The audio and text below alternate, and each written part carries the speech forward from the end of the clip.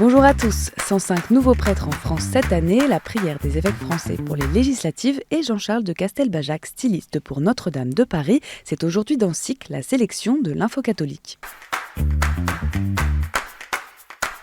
C'est une hausse de 20% par rapport à l'année dernière. En 2024, 105 nouveaux prêtres seront ordonnés dans le pays contre 88 l'an passé, selon les chiffres de la conférence des évêques de France dévoilée ce mercredi.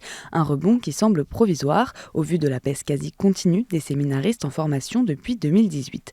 Parmi eux, 73 seront prêtres diocésains, le reste des nouveaux ordonnés étant religieux, membres de communautés ou de sociétés de vie apostolique, ou bien encore ordonnés dans les instituts célébrant selon le missel romain de 1962. Pour Monseigneur Bertrand Lacombe, membre du Conseil pour les ministres ordonnés, ces vocations viennent répondre aux aspirations des fidèles et notamment à celles des nombreux nouveaux baptisés. Je crois que c'est surtout ce fait de dire nous avons besoin de prêtres, il y a des attentes dans notre pays, dans nos paroisses, et cela vient rencontrer les souhaits et les désirs des jeunes. La communauté Saint-Martin reste en proportion l'un des viviers principaux avec 9 ordinations. Les jésuites, de leur côté, en comptabilisent 6. Dans l'espérance du règne de Dieu, nous voulons être des citoyens responsables et apporter notre contribution à la qualité de vie démocratique et sociale de notre pays. Dans un message publié jeudi, le Conseil permanent de la Conférence des évêques de France s'est exprimé sur la situation politique de la France face aux élections législatives des 30 juin et 7 juillet prochains.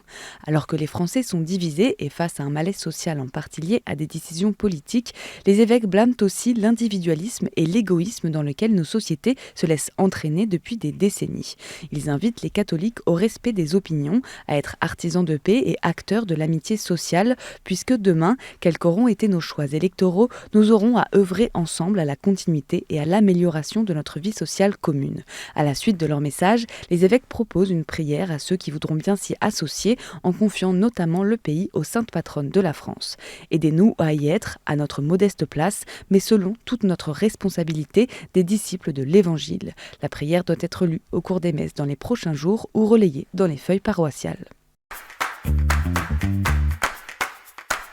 Le rôle des femmes dans l'Église catholique était le sujet central de la dernière réunion du Conseil des cardinaux lundi 17 et mardi 18 juin, avec la prise de parole de 3 intervenantes pour nourrir une réflexion déjà entamée depuis plus de 6 mois au sein de cette instance. Durant ces 2 jours, le C9 a également parlé de protection des mineurs, du fonctionnement des conférences épiscopales et des conflits en cours autour du globe. La prochaine réunion aura lieu en décembre, après la 2e session du synode. Monseigneur Carlo Maria Vigano, ancien nonce apostolique aux États-Unis, a annoncé jeudi être convoqué le même jour par le dicaster pour la doctrine de la foi pour schisme, le plus grave délit d'un point de vue canonique. Lui sont notamment reprochées des déclarations publiques dont résulte une négation des éléments nécessaires au maintien de la communion avec l'Église catholique, sa négation de la légitimité du pape François et son rejet du Concile Vatican II.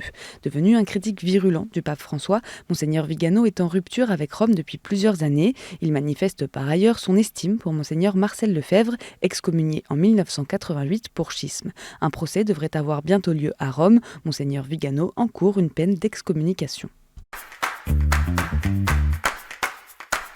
Les 15 lauréats du prix Sésame ont été dévoilés ce mercredi. Créé en 2022 par la Fondation du patrimoine, ce prix vise à subventionner des projets culturels et sociaux organisés au sein de lieux de culte. Faire vivre le patrimoine religieux, c'est aussi éviter sa disparition subie ou volontaire, affirme la Fondation dans son communiqué. Les lauréats recevront une dotation allant de 10 000 à 20 000 euros, un prix qui viendra par exemple soutenir un projet d'ouverture culturelle pour faire rayonner la France à l'église Saint-Nicolas des Lorrains à Rome, ou bien encore la création d'un lieu d'accueil pour les personnes victimes de violences intrafamiliales dans un couvent en Isère. Étoles, chasubles, dalmatiques, c'est à Jean-Charles de Castelbajac qu'a été confiée la création de près de 2000 pièces de vêtements liturgiques pour la réouverture de la cathédrale Notre-Dame de Paris. Le styliste n'en est pas à son coup d'essai. En 1997, il était déjà à l'origine des ornements portés lors des JMJ de Paris. Pour ce travail, il s'est inspiré d'éléments constitutifs de la cathédrale. La croix glorieuse de Marc Couturier se retrouve ainsi au centre des chasubles. Des croix et aplats colorés restituent quant à eux le reflet des vitraux sur les murs. Ces vêtements seront utilisés tout au long de la période inaugurale, puis pour les grandes fêtes liturgiques et ordinations. Et en bref, apparaît le Monial dans le cadre du jubilé des 350 ans des apparitions du Sacré-Cœur. 4 projets artistiques ont été lauréats d'un appel lancé pour réaliser d'ici un an des œuvres de peinture, sculpture ou musique. Et c'est en juin 2025 que leurs œuvres seront inaugurées et bénies lors de la clôture du jubilé. L'Église catholique en Belgique, en collaboration avec l'Université néerlandophone de Leuven, a organisé 2 journées de rencontres ces dernières semaines pour écouter le vécu des victimes d'abus sexuels dans le cadre d'une relation pastorale. Ces rencontres font suite aux recommandations et conclusions des commissions parlementaires sur les abus sexuels. Les personnes victimes sont invitées à répondre à un questionnaire via l'adresse mail info.abus@cato.be.